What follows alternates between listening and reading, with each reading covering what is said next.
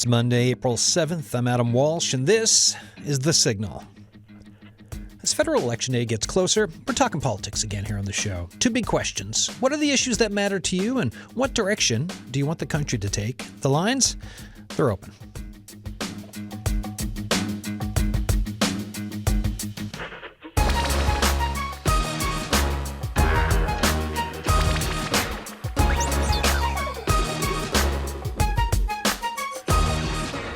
So we did this last week, and we're doing it again. We asked some parents to come on the show, either by phone or in studio. The range of conversation, everything from some folks talked about family life, work lives, what they're thinking about during this ongoing federal election campaign, what they're paying attention to, what they want to see for the country, the province, you name it, right? Like, I think the point of this is the more voices we get around the federal election for thoughts, points of view, and what matters, the more we can kind of understand perhaps a little bit deeper on issues, what matters to people across Newfoundland and Labrador. And even if you're not a parent, you obviously matter too for this show, and the lines are open for your thoughts too, right? What are the issues that matter to you with this federal election campaign? What direction do you want the country to take? There's lots going on. The numbers, 709-722-7111, 1-800-563-8255. You can text us, 709-327-8206. Emails, thesignal@cbc.ca. I've got two folks with me here in the studio. We've got Corey Tucker and Hayley Alloway. How you both doing? I'm great. Wonderful, Adam, how thanks. are you? Good. Thanks for coming in, taking time out of your schedules. Let's just start with talking about yourselves. Just give us your talk a bit about yourselves and your families, and then we'll kind of dig on into it. And then we've got some calls to make, and some others folks will call us. But Hayley, we'll go with you first. Excellent. I'm actually American citizen, living in Newfoundland for 13 years now. I came here to pursue my education, doing my PhD at MUN. I've stayed on as a postdoctoral researcher in the genetics department at MUN. And I have my family with me, my 4 children.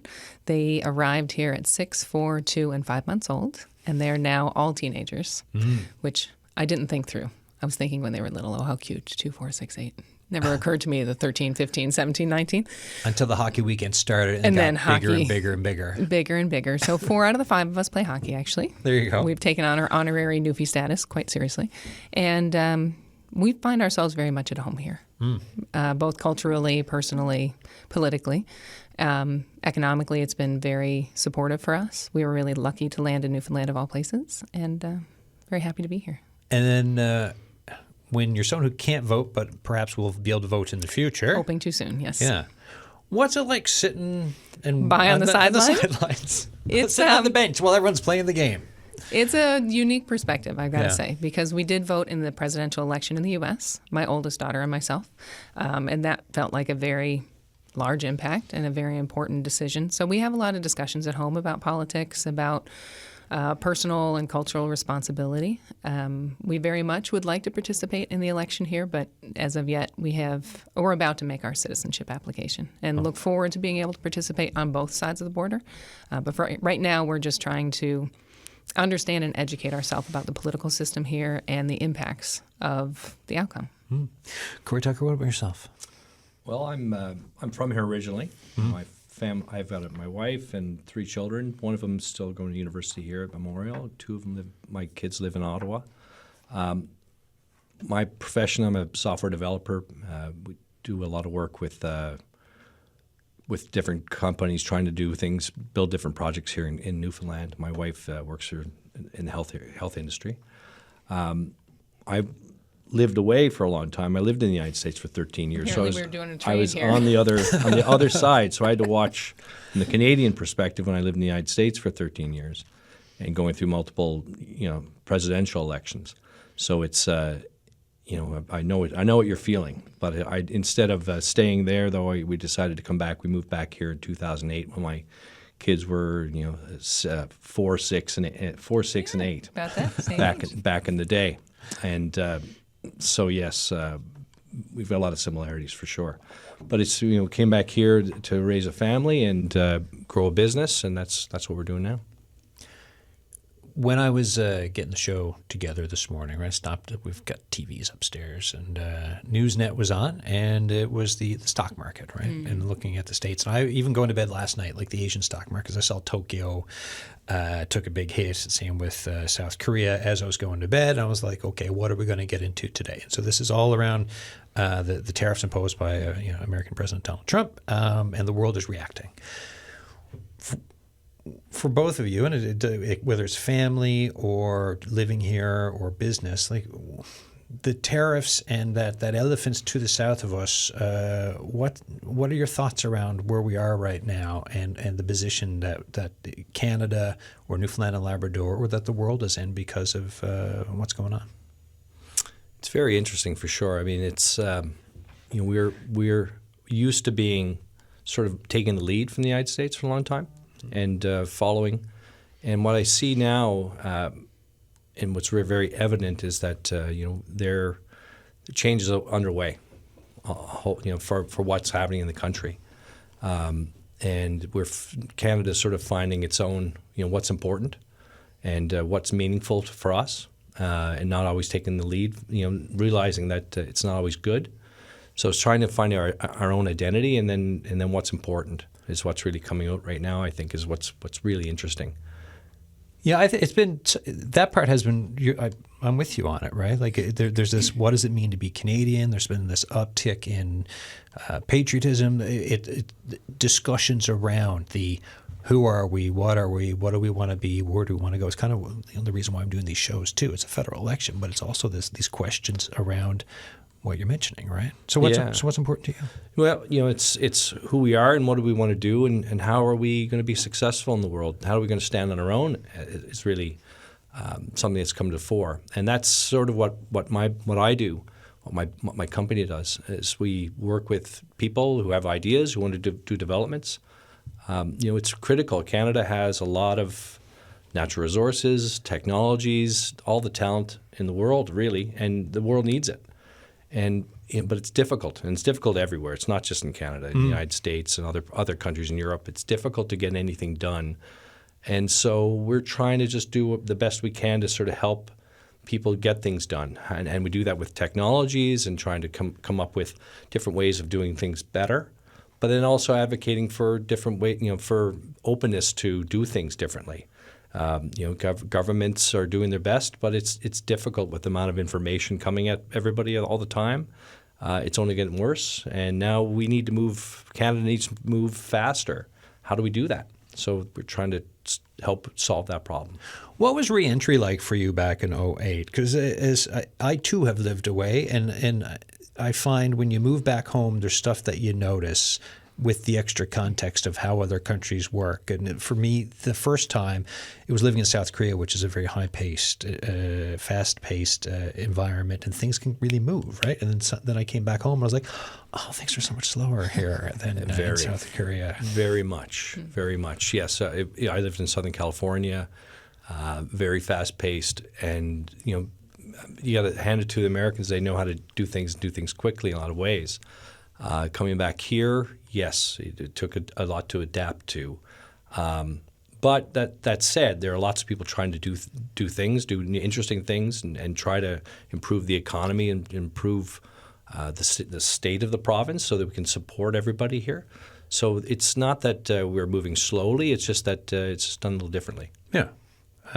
All right. Hayley, what about yourself? I can agree with Corey that I think that we're seeing a big shift, both in the politics worldwide and particularly within the U.S. I personally find that a very positive impact on Canada. I think Canada has often defaulted to following the United States, and for good reason. It's a large economy and a huge impact worldwide. But I do think that Canada is selling themselves short as a country and as a people in creating their own identity and their own impact. And so I kind of welcome the shift toward a little bit more Canadian prioritization. And I think that some of the tariff impacts are really focusing Canadians on the well-being of their own country, which I think is a good thing. And I don't mean that to say that it should be an insular culture or an insular ideology, but to say that I think Canada should prioritize its well-being a little bit more highly. And I think that is going to come from this shift. You're listening to The Signal. I'm Adam Walsh. It is, we're talking federal politics, right? The election's coming. And my question is for you folks, what are the issues that matter to you? Are you hearing them, right? Are you hearing those issues from politicians? What direction do you want the country to take? If you want to join this discussion, 709-722-7111, 1-800-563-8255. On the line, we've got Chelsea Cook March, Mayor of Port-au-Port West, fish harvester and mom. How you doing? Hi, how are you? Good. Thanks for coming on the show. We were when I put the call out for folks and I had people recommended to me. You were one of the folks who got recommended to talk to. Tell folks a bit about your family life and life on the Port-au-Port. Yes, my name is Chelsea Cook March. I'm a fish harvester from Port-au-Port West, Agatuna Felix Cove. My husband and I, we fish from Felix Cove Beach, and this is my third term on municipal politics. So you're a busy person. Yes. And how many kids is it? We have 3 kids. Before I went into municipal politics, I didn't have any, and now we have 3. My girls are 8 and 9, and we have our boy. He is 1. All right, so busy family life. You're on municipal council, plus you're both fish harvesters. Yes. When it comes to issues on the federal scene or family issues, what are things that you're paying attention to that matter to you around the federal election? Well, before I got on to municipal politics, I didn't have any children, and then I ended up with children. I've been advocating that for when we go to conferences, both provincial and federally and municipally, that there should be some form of childcare available to people who are attending these conferences. So that's important to me, and also I feel that it's important to people who want to get into politics or serve, that childcare is available to them. But as a fish harvester, my father-in-law, Peter March, he fished from Felix Cove Beach with his wife Eleanor for 33 years together, and they raised 4 children. And so now my husband and I, we have a fish license each, and we have our 3 children, and we are raising our children the way that Peter and Eleanor raised theirs. So. Go ahead. No, sorry. Go ahead. Yeah, it's a wonderful life, but it took us a while to get our fish licenses too, as well. What took so long to get the fish licenses? What were some of the impediments or holdups around that? Well, to get to buy an enterprise, you have to have your level 2, and you have to go through the Fish Harvesters Professional Certification Board, which is understandable. 75% of your earnings have to come from the fishery. And that is kind of hard to get when you're on a crew wage with small children.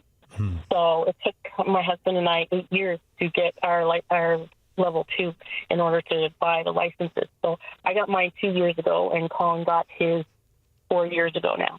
And so we are enterprise owners, and we're very proud of that because it took us a long, hard time to get it. So then looking ahead, right, for other families like yourselves in the fishery, wanting to be in the fishery, but also wanting to raise families, like on the council side, I'm hearing childcare, right? And then also there's some rules and regulations perhaps around the fishery and looking at what can make things easier for people to be able to work in the fishery and raise families. Any other issues that are popping up like around the Port-au-Port or on your end of the island that you think are important for families around the federal election that people should hear about? It's just like access to childcare as well as the fishery because, again, we're seasonal. So we don't necessarily have to pay for a whole year of childcare just for the few months that we do fish. So that's important issue too that should be considered. Also, small craft and harbor, our access to our smaller beaches, and the payment for the upkeep. They ran out of money for this budget, and then they had to wait a week, and then you had to reapply for some help. And that the federal that should be looked at, and it should be more consistent for our small inshore harvesters. And is there anything else you think your region needs when you think of other families around you that you speak to as mayor or as a fish harvester or mom? It's just a wonderful, we're in the fishing industry, and it's a wonderful way to raise children, how we're raising ours. And, it's just support to get these young people into the fishery. And getting rid of the 75% earnings, I think, would likely be a big help in that. Excellent. Mayor Cook-March, thank you so much for coming on the program. Well, thanks for having me. And anytime you're out on the West Coast, stop into Our Lady of Mercy Church. It's the largest wooden church in Atlantic Canada, and it's beautiful. And they do food service there, too, at the museum. All right, that is on the list for when I get over there. Thank you so much, and I'll talk to you soon. All right, thanks. Chelsea Cook-March there, a mayor, Port West, also fish harvester. Mom, you're listening to The Signal. We're talking about the federal election. We're asking, what matters to you? Are you hearing from politicians about the issues that you want to hear about? What are your thoughts when it comes to the direction of the country and what matters for the upcoming federal election? If you want to join the conversation, 719-722-7111, 1-800-563-8255. I mentioned it's a parent focus for the show today. I've got two parents here in studio, Corey Tucker and Hayley Alloway. Thoughts on what Chelsea was saying, or just, and we can keep, I've got other questions for you as well about your own personal thoughts, but anything stand out to you about what Chelsea is saying there? Actually, I thought Chelsea had a wonderful point about child care availability for those that might be interested in joining politics. That may seem like something you wouldn't necessarily think of first, but that's true. If you have a young individual with a young family, particularly if it's a woman, that might be a real barrier to someone getting involved when they might have a lot to offer. Yeah, at a time when we're looking at Newfoundland and Labrador, trying to get great people in from, and I've said a bunch of times on this show already in the last few weeks and months, it's 3 elections this year. We're in the federal one now, the provincial one's coming, and then there's a municipal one. And when you're looking at recruiting, childcare, like the good mayor was saying there, right? I can speak from personal experience as a graduate student at MUN. I had 4 small children at the time, and one of the silly things you wouldn't think about was there were no changing tables in any of the bathrooms. Yeah. So trying to go from classes or meetings or sessions with my advisor, sometimes childcare wasn't available, and taking a kid with you is a little difficult in those contexts. Corey, what about yourself? Well, definitely childcare. What I'm hearing is that services, we all need services. We need help as we try to raise families and get educations. And one of the big reasons we came back to Canada from the United States was for those. It just provides more, and it's the society is really about providing those supports to people that need it. The concerns I have now with the election is, of course, the uncertainty that we have in the economy, and what I'm hearing about how are we going to adapt to that, and how are we going to, we're all hearing it's going to negatively impact the economy for a period. How do we come out of that stronger? How do we generate wealth in the society so that we can really support these services that are critical for us? And not strip those social services Absolutely. That we've relied on, right. And that we need to grow, if anything. Yeah. So how do we generate the wealth in our society to continue to support and these keep a quality services? of life that Absolutely. serves the people? So then what do you think for some of that development? Is it what's standing in the way for your understandings, or do you think anything's standing in the way if we look at progress, development, improving the economy, right? Because we already talked about the fact of Canada in this position to stand on its own a bit more, to think a bit more about how we do business, what we're trying to do, but also on productivity, which has been really low for 20 years, lower in the last 5 to 10 even. Thoughts on where things need to go then? I think it's possible to create efficiency without lacking quality or support. Yeah. As Corey was saying, the pace, sometimes there's unnecessary delays, but that can be optimized without costing quality of life.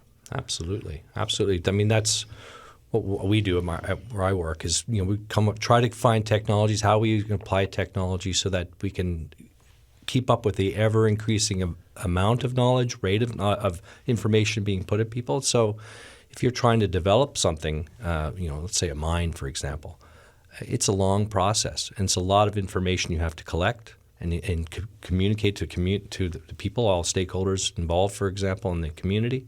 How do you deal with government? How do you get people's understanding of what's trying to be developed? That's a tough process, and what we see is the technologies we're still using to go through that process are old. These are 25, 30-year-old approaches to doing this, and with more and more information that's coming at people from all angles. So how do we more effectively communicate that information so that we're not losing in transparency, people understand what's going on, people are being heard, but we can get things done?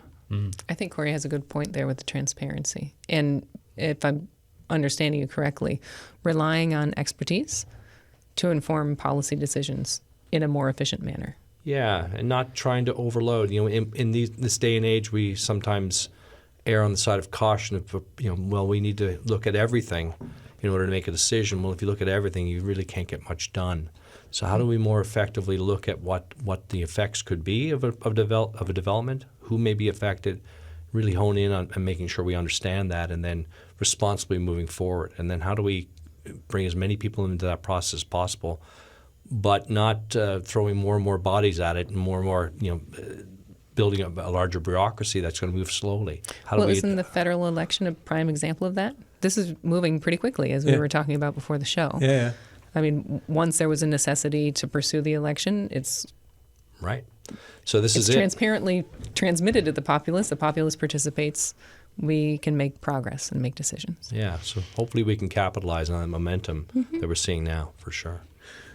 So then what are the conversations like around, whether it's the professional ones for your respective professions, around this election cycle and around the speed at which it kind of came and the influence from the United States and where we're going? Like, are you talking about it much in your personal lives, professional lives? Is it something that's like ever present, or is it just parts of the day? Like for me, it feels like it's all the time. It's all the time in my house. This is a constant conversation around the dinner table. It's a constant conversation about our future plans, my children's educational plans, or the potential impacts of the political changes in the United States and the impact on the election here and how that might affect us. Personally, immigration could greatly affect us if there are changes in policy that minimize the number of citizenship applications that can be processed at any given time. So we have a lot going on in our lives that are impacted directly. So what are the kids saying? My kids are very, very pro social support. They're very pro our experiences in Canada versus what we experienced in the United States. They'd very much like to see Canada retain that prioritization of individual well-being and social support necessary for people to prosper individually and economically. I think for myself, I can't speak for my kids on this one. I think it's very important that the election here, the individual that is chosen can take a strong stance with the United States and make sure that we are not ill-affected any more than necessary.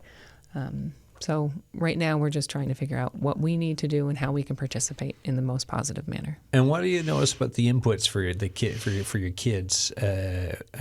Whether it's, because a lot of times on the show I'll talk about, social media, right? And then the difference between perhaps getting news from TikTok or something compared to other sources. Not that there's not good sources in TikTok, but there's also a bunch of noise there. There's a lot of noise. What are those conversations like as you're looking at, back home, south of the border, also on the road to citizenship, and then folks who are going to be voting, yourself included, perhaps with even the next election or the one after?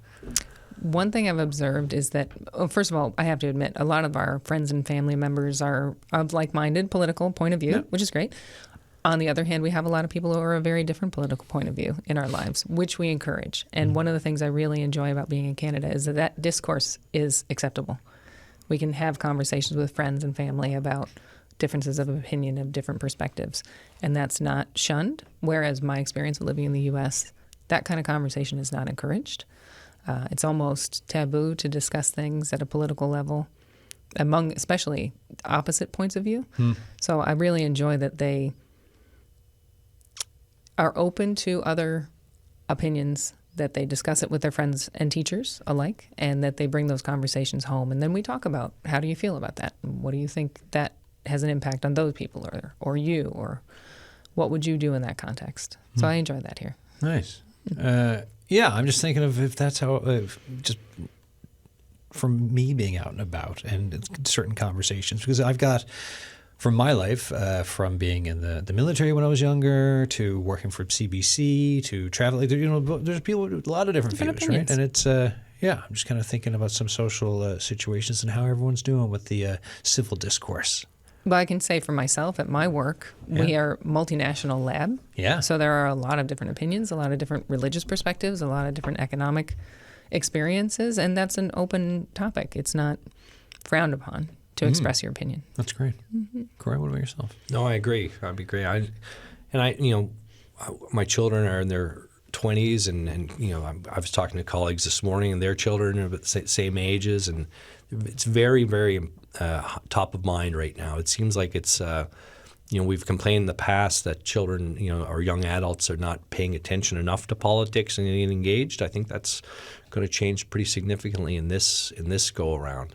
I think they're very much engaged, and they see that this is that the world is changing, and they need to be involved, and they've got a lot of opinion. It's good. How have your thoughts around Canada changed at all recently, given everything that's going on? Have you taken, because we've mentioned already about folks are taking more time to think about this country. So where have your thoughts gone on this country? Well, I mean, just for the fact that I lived away and came back here, you experienced, you have to contemplate a bit more. What I've always struggled with in Canada was that we kind of underachieve. We're a bit too shy about trying to do more. And what I'm seeing now is actually a confidence that's coming when I talk to people. Now, we can do hard things, we can do big things, and we don't. We can step up, and that's different. That's something I have not seen in the last 17 years since I've been back here. That's a confidence that I found I was always sort of missing. It's not like we have an inferiority complex, but it was almost like we're a little bit too shy to be confident enough to get out there and push. I think it's a nervousness to be arrogant. Yes, Canadians are very polite. Well, and we don't want to lose that 100%. Right. It's a good. We don't want to be too brash, but we also don't. We need to take control of our situation and get involved. No doormat here. Yeah, no, it's certainly not, and that's been really interesting. It's been what could have been a very negative. It is still negative, and there are going to be people that are going to be negatively impacted through this economic turmoil, and I don't want to minimize that. But certainly there's a resurgence or a renaissance that's sort of happening right now, which is happening very, very quickly. Who saw this coming 4 months ago? We were struggling. In my company, we're trying to say, look, there's better ways of doing things, but inertia is a powerful force, and that inertia is getting broken right now. I'm seeing people having more willingness to say, no, we can do things differently if it means that we can get more done. So that's really good. In previous shows, what I've been told around this too, folks have looked back at the pandemic, some on the business side, and specifically folks on the tech side of it have said there were lessons in the pandemic that perhaps were forgotten, and now it's like, okay, if we're actually pivoting this time, let's do some stuff and let it stick and move forward. But they are seeing that like you're describing there, right? Everybody wanted to forget the pandemic and let's move on and get back to normal. Well, there's no more normal. Normal's Normal's out the door. And some of the normal ways of doing stuff was what was preventing from feedback I've gotten with guests on the show in the business side of things. They've said that normal way prevented them from doing stuff more of what they wanted. So now they're like, hey, we're in another crisis situation, but let's stick with it this time. Let's get rid of some of, whether you say red tape or whatever else, and let's get that productivity in there to really grow the economy and grow businesses. Yeah, I really hope that we don't lose this. Yes, it is being played up because it's an election and in politics and so on and so forth. People are going to use that to their advantage, and that's natural.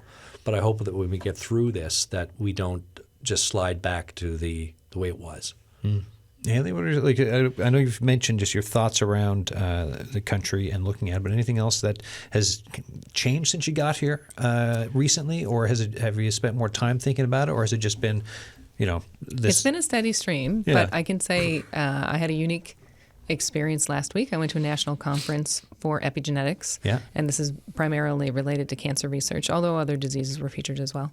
And it was a very international audience that was there. And so there was a lot of conversations. And because I'm at Memorial, because my name badge for the conference said Memorial, no one necessarily assumed that I was American. And so I was privy to conversations that were directed about Americans to a perceived Canadian, and sometimes I would identify and sometimes I wouldn't, and I would just listen.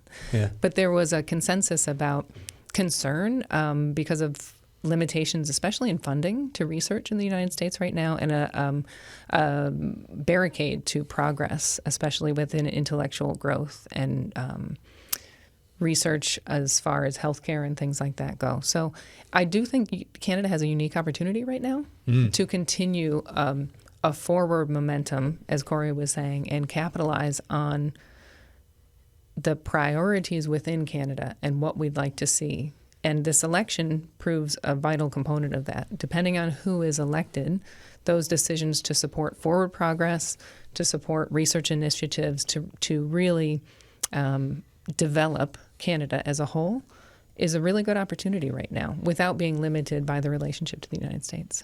Folks, if you want to join the discussion, first of all, you're listening to The Signal. I'm Adam Walsh. We're talking about the federal election. And I'm asking if you've got any thoughts around how the campaigns are going, issues that are you hearing, what matters to you? Where would you like this country to go? 709-722-7111, 1-800-563-8255. Text us 709-327-8206, the signal at cbc.ca. Rebecca Furlong's on the line. Hi, Rebecca. Hi, Adam. Thank you for having me on the show. Thanks for coming on the show. Tell us about yourself. You're an advocate for the autistic community. Tell us a bit more about yourself. That's correct. So I help run a group on Facebook. It is the largest local online group on Facebook for the autistic community. It is called Autism Newfoundland and Labrador. I am also happen to be the parent advocate on the board of directors for the Autism Society of Newfoundland and Labrador. What's it like being the parent advocate for that society? Well, it's not a whole lot different than any other position on the board of directors. I mean, we all get together to listen to the community and to discuss the issues. But my role is more of listening to what goes on in the Facebook group, to be honest, and to listen to what people are saying every day. Yeah. So then, what are you noticing for folks? What are they like in this lead up to a federal election? Then when there's a provincial one after that, what are some of the things that are being said on this Facebook group lately? So we have to look at it two different ways. So we have to look at it what it means for the autistic children, and we need to look at it what it means for the autistic adults. Because we have a lot of parents in our group. We also have a lot of adult autistics in our group. According to the federal government website, 1 in 50 children are currently diagnosed autistic. I personally believe that number to be a lot higher, given the fact that people are constantly asking on the group, how do you get diagnosed as adults, and how do they get their children diagnosed? So to get a child diagnosed via the healthcare system, you could be waiting up to 5 years. If you're an adult, the cost of assessment isn't usually covered by MCP, so you would have to go for a private assessment, which could cost thousands of dollars. So there's a lot of people who haven't been diagnosed, can't get diagnosed, and we really need to increase the access to diagnosis. Then once we get the diagnosis, the question is what happens next? So ideally, we would really like for everybody to get access to things like speech therapy, physical therapy, occupational therapy, health care, including mental health care, student assistance, respite care, job opportunities, but access to all of these things are severely limited. I think it would be extremely hard-pressed to find an autistic adult or the parent of an autistic child who would say that the current system is great and that all our needs are being fulfilled. In my role as an autistic advocate, I'm hearing really, really sad stories about the healthcare system or the school system. So we have students who only go to school for partial days because the schools don't have the resources to support these children at school. I've spoken to at least 2 different parents who said that their child is only allowed to go to school for just 1 hour a day. We have people who can't afford to send their children to speech therapy because they age out of the speech therapy from the Janeway once they start kindergarten, and then it costs about $100 an hour to go to private speech therapy. We have a lot of autistic adults who really want to work, but they can't work because there are no job opportunities for them. There are parents who can't work either because they can't get childcare for their autistic children. So literally every single day, I'm hearing horror stories and how badly everything needs to change. For whether it's federal politicians or provincial politicians or municipal, you name it, are folks talking to the community and listening and hearing what you're saying? Because there's a lot there. There is a lot there. Unfortunately, one of the biggest complaints we have in the autistic community is people feel that no one's listening. The message that I really wanted to get out there to all the listeners is that right now is one of the best opportunities that we'll ever have to be heard by the people in power, because the municipal, the provincial, and the federal elections are all coming up in the near future. So we really need to make the most we can out of this rare opportunity. So when the politicians come to your door, remember to ask them, what are your plans for the autistic community? Rebecca Furlong, I appreciate you coming on the show. I'm sorry for what everyone has to go through. I appreciate you listing everything there. And we're keeping these shows going, so you and I can stay in touch, whether it's the federal election, the provincial one, and also the municipal one. So let's keep this conversation going with the community as well, please. Right. Thank you for having me on, Adam. I really appreciate this opportunity to come on and advocate for the community. Thank you so much for having me on the show. All right, Rebecca, be well. Thank you. Bye-bye. Rebecca Furlong there talking about the autistic community, both adults and children. Rebecca works as an advocate for the community. Folks, thoughts on what Rebecca was saying, thoughts on the federal election and issues, 709-722-7111, 1-800-563-8255. You can text us, 709-327-8206, the signal at cbc.ca. I'll go back to my 2 guests here in studio. We've got Hayley Alloway and Corey Tucker. Thoughts on that call? That one hits close to home for me. Yeah, go for it. My son actually recently was evaluated for autism and was not diagnosed. However, he does have a significant learning disorder. And as an American citizen, I can tell you that the services here have been life-saving to my family. My son has a team over at the Janeway. He's been able to avail of occupational therapy, of counseling, of services within the school, and it has utterly changed his life, and for the better, obviously. Those are programs that I really think, as she was saying, need to be supported and expanded. For my son, luckily, it's been probably almost enough of what he needed, but that's because he had something that was, well, actually, it's probably because I'm a pest, because I call everybody incessantly until they give him the services that he needs, which admittedly I feel badly about, but as a mom, he needs that support, so it's worth it for me. But I can see exactly what she's saying about the difficulty in accessing those services. And so for me, the political outcomes of these elections are very important because I need to know that those services won't be stripped away. Yeah, I find when we do these shows and these discussions and the family-centered discussion, it can come down. So there's housing, education, food insecurity, food security. There can be health care sides of it. Then there's mental health care sides that really need addressing in this province. The list, all of a sudden you can start to easily see where folks will have, whether it could be because of voting and whatever else, the importance of kind of looking at what policies are, where things are going, and what folks want for their province, and their country. And I've seen that also in my oldest daughter. She suffered an eating disorder, a very severe eating disorder. And luckily we were in St. John's. Luckily we were in proximity of the Janeway. Luckily the program at the Janeway is stellar. I know from parent support groups in the U.S., families have gone bankrupt just trying to take care of their kids for these types of situations, learning disorder, autism, mental health issues. Without those social supports, it really comes at the cost of the kids' well-being and their future. Yeah. Yeah, my wife is a speech pathologist at the Janeway. Is she? Yes, so this is that what Rebecca said. I hear it all the time. Yeah. From the age practitioner. out at kindergarten? They age out of kindergarten, and so there's they're all excellent professionals at the Janeway doing their best to get through it, but the demand is high. It's enormous. Yeah, and so absolutely, and healthcare is always. It seems like every year it demands more and more of our resources, which is this is important. It's critical. It's part of what being Canadian is, that we take care of everybody in the society. That's what we want it to be. That's how I want it to be. But it's a challenge, and it's a challenge on the practitioner side, but it's also on the other side as a patient. Yeah, I hear it. Sorry, go ahead. And this speaks to Corey's point about increasing productivity and efficiency and growing the Canadian economy, because we need a way to support those services. Absolutely. Because to maintain this idea of Canadians taking care of each other, we need to be able to have the resources available to do that. And this is where I find out the conversation is always interesting for when I say elections, right? Federal election. Okay, well, what's federal prerogative, right? Like, where's the money come? Like, what's the federal government in charge of compared to the provincial one? In healthcare, a lot of times people are like, well, it's provincial. I mean, we're going through a health accord and stuff here, but a lot of the money, right, Needs to come from federal. And that concept of healthcare is a Canadian concept that we talk about whenever we travel, right? So, we've got healthcare in Canada. It's like, but. Right, but we also compare ourselves to people south of the border, because that's what we're familiar with. Yeah. Canadian healthcare we are being challenged. I mean, it's that we think we have a great system, we do in lots of ways, but it can certainly be better, more efficient, and certainly it's difficult for people that are in rural areas. So how do we better take advantage of again? I don't say technology is the solution to everything. It is not. Tool in the toolbox. Absolutely. Yeah.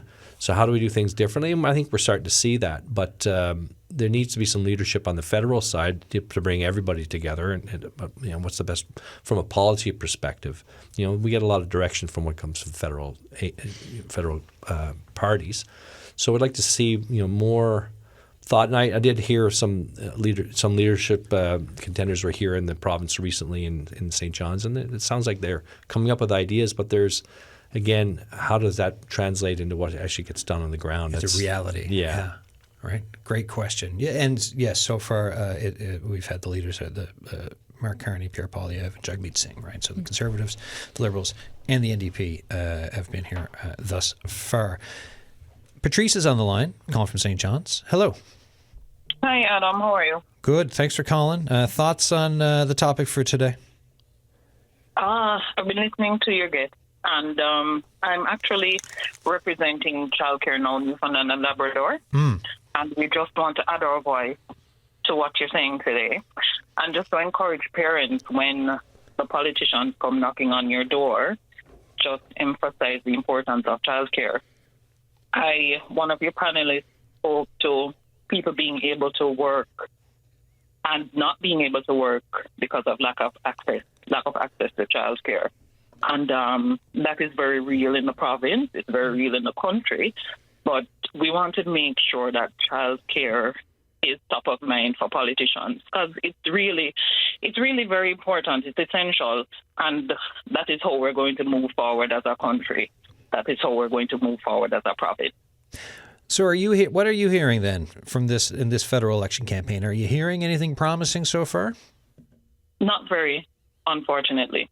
We've heard it, but we're not convinced. I'm not convinced that it is a priority or it is prioritized as much as it should be. And what do you think about that? If you're feeling it's not prioritized as much as it should be, what are your thoughts if that is indeed true? What do you think about that? I think the economy is going to go back to. We're going to see recession, definitely. But we have seen We have seen growth in GDP. There have been researches that show that there's a growth in GDP. There is an increase in women working in the workforce, going back to the workforce. There is increased spending because of the increase in early childhood educator salary. More people have joined the workforce, and inflation has been reduced, and this is all because of childcare spaces that have been created, quality childcare spaces that have been created. So if people can't go to work, Adam, it's going to affect the health system. You were just talking about that. If nurses and doctors can't get their children to have quality childcare, they can't go to work. So we're still going to have this problem of lack of access to quality health care, lack of access to, there was someone talking about children with autism and adults with autism. That is a problem we're facing too in childcare. There is not enough access to autism support, special needs support. These are all things that affect the economy, and we really need to tell this to the politicians. Patrice, great points that you're bringing up, and I just want to say thanks for calling as always. Thank you for having me, and thank you for giving childcare now a voice. All right, that's Patrice there with Childcare Now NL. Before I go back to my guest, we've got someone else on the line. Daryl's on the line calling from St. John's. Hi, Daryl. Hi, yeah. Just a few comments. I mean, politicians coming to your door and you want to discuss issues with them, and 90% of the time, I mean, they're going to agree with you and say they'll do something, and then it could be 2 or 3 years later before anything actually gets done. I mean, it just seems to me the whole political process, once people are elected, is too confrontational, and it takes so long to get things done. And then the thoughts go to, I mean, we're basically electing and voting on people that are, to some degree or the other, are millionaires. I mean, the amount of money for an average person to get into politics just can't be done. We're relying on these people then to do things that may not even be in their best interests. I mean, we've seen it in the United States electing millionaires, and in Canada we're electing millionaires. There's got to be some political shake-up there where the so-called voice of the common people gets up there and gets out there more. Is there some way the whole democratic system, I don't know, get away from political parties, citizen representatives, people appointed randomly to run our politicians or whatever like that, getting rid of the political party system there, where everybody has issues there, and you hear them from your guests there and the people calling in, that things can actually get done faster if there's, I don't know, I think I've presented this idea once before, that everybody's name in the hat goes into, everybody in the country's name goes into a hat, and you draw your politicians or something like that. You're going to get a broad representation, yes, some periods. It'll almost be like winning a lotto for a normal person. You like to be a politician, and you serve your term or whatever and a small pension. There's got to be a shake-up there. The world is changing so fast, and I think it's time for democracy to change there. I don't know if anybody got a comment on that one. No, I mean, I love the point, and looking at electoral reform, and you know, whether or not it's drawing names from a hat, who knows? But you know, like there's a big discussion there, and there has been one across Canada about what is our system, what should our system be. Do you see a difference between federally and federal politics and provincial when it comes to that, like the millionaire range? Because like it's not that way for most of the politicians in Newfoundland and Labrador. What are your thoughts? Well, I don't know. Some of the leaders are. I mean, they're relatively wealthy people, and I mean, yeah, not hurting for a dollar. Yeah, sure. Yeah, right. I mean, I have great neighbors. I had a hip replacement there last year or whatever. I was changing the tires on my car. My neighbor was over to give me a hand. When I saw him doing something in his garden, I was there to help him lift. And if somebody's a politician and they get a donation, I don't care whether it's from big business or a big union or whatever like that, there's some quid pro quo there, and that's got to stop. It's costing us too much money and too much side things that are happening or whatever like that. There's got to be, I don't know, it's time for the political system to get changed to citizens' representatives. I think in the northern area of Canada, they don't really have political parties, I'm not sure, and stuff like that, right?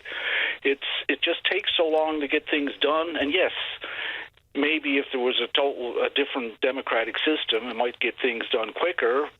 maybe things won't be done all right or whatever like that, but at least things are getting done. I don't know. Comments? All right. Daryl, thanks for the call. I appreciate it. I'll put it to the guest now. Thanks. All right, Daryl calling there from St. John's. All right, whether it's Patrice with Childcare Now NL or Daryl wanting to shake up the political system, maybe names out of a hat, right? You get a pension with it, perhaps something like that. What do you guys think about that? I can speak to the childcare. Yeah. When I first arrived here as a new graduate student at MUN and 4 small children, childcare was a really big deal for me. Yeah.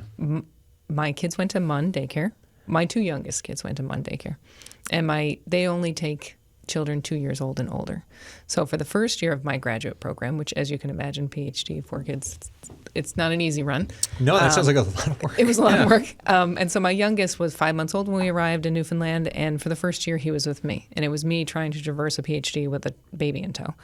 My second youngest started at daycare at MUN when he was 3. When my youngest finally hit the age of 2, I was actually doing my comprehensive exam for my education, which was an extremely stressful period of time. Anyway, my youngest finally joined. My older 2 were in kindergarten and grade 2. And I was paying $1,600 a month for those 2 kids to go to school. And at the beginning, it was a half day for one of them. And that is just an outrageous amount of money for anybody to try to get into the workplace with that expense. So I can see that being a huge barrier for many people in getting to work. And when I was shopping for daycare, St. John's has not as many options as you might think. And I think it's improved since then greatly, but that is something that I think is a high priority. Yeah, folks, if from the interviews I've done, is they've looked at from the cost side, like you're talking about, then later it became positions, right? Are there ECEs? Do we have enough? Are other positions? How long are the wait lists for these places and all of that? And then when someone's sick, you have to be home with the kids. And it's just a very difficult concept to traverse childcare. Yeah, so I think we do need more support. Just comments on the feedback on the political system here. I'm not as cynical about the system that we have, in that over the years I've gotten to meet people who've become provincial or federal politicians. These are former teachers of mine or business associates, just community members, and I think they're the vast majority of people that I've met who've been involved in politics are in for the right reason, and I certainly wouldn't classify them all as millionaires. But to that point, though, there's change that's required. Their current system of first past the post has a lot of issues, right? Because questions around proportional representation, right? Yeah. People will vote for who they think will win, not necessarily what they think may be the best candidate. So there should be some electoral reform. I think that's a good idea. That's been discussed in the past, wasn't followed through on. So people, makes people more cynical. But I think there's some definitely room for change. But I think I'm not convinced that most people aren't in it for the right reasons.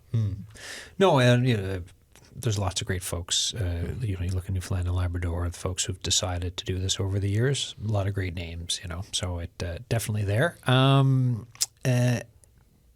minutes left. What's the look ahead on this for you for the federal election? What do you look like? What's your final thoughts for today? Whether it's on issues or where you want the country to go or be. Unfortunately, my view is being completely occluded by the United States right now. I really just need to know that whoever gets elected to be the Prime Minister of Canada is going to take seriously the threat from the United States and protect Canada's sovereignty and economic stability. I would like to loftier option of picking someone that's going to represent my political view more specifically, but right now I think that is the most important. Yeah. Okay. Corey, what about yourself? Well, certainly I agree with that, absolutely. But it's having a plan.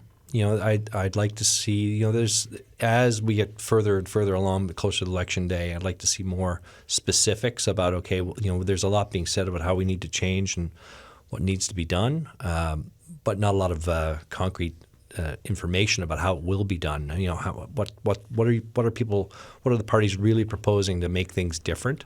So I'd like to see some more concrete action and plans, sort of how it will be done when whoever's elected. They don't waste time like the caller said earlier. 2 years goes by and nothing gets done. No, how do we get things done quickly once this election's over? Yeah, because the time to act is now. Now. With everything going on. Absolutely. Yesterday. Yep, Right. yesterday. All right, Hayley Alloway, Corey Tucker, thank you so much. Thank you, Adam. All right, folks, thank you for listening, and thank you for calling the show, emailing the show. If you want to get in touch with us, thesignal@cbc.ca for emails. It's a ongoing conversation every day here, and I appreciate all of you and your input around this. Looking ahead to tomorrow, right? We're talking about sea ice in the north. You're going to hear on tomorrow's show folks in Nain, their thoughts on climate change and what unpredictable sea ice means for Inuit communities. Also, the folks at Smart Ice, a social enterprise that uses climate change adaptation tools and indigenous knowledge of ice with advanced data acquisition, remote monitoring, and satellite mapping for ice safety. That's tomorrow.